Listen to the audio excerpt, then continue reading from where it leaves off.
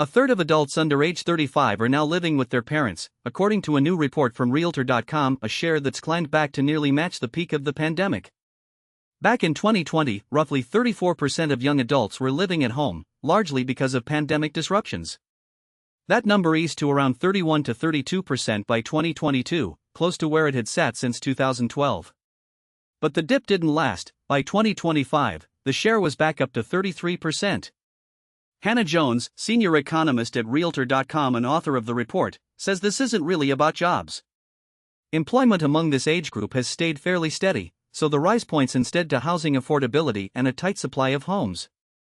Renting or buying simply feels out of reach for a lot of young people, especially with inflation and wages that haven't kept pace. Still, many are finding an upside.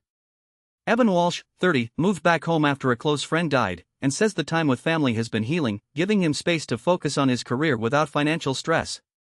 His mother, Wendy Walsh, didn't expect him back but has enjoyed the extra time together. Francesca Gullo, 28, left home at 17, spent a decade on her own in New York, and eventually moved in with her parents in Tennessee to go back to school. She says working 2 jobs still wasn't enough to get ahead financially, and she didn't want to reach 35 with nothing saved. Not every parent sees it the same way, though. Wendy Walsh says a real hardship, like a death, is reason enough to open the door, but living at home simply because life is expensive is a line she's less comfortable with. Either way, the data suggests this arrangement is becoming a common, if not always comfortable, response to a difficult housing market. That's the story. Thanks for listening.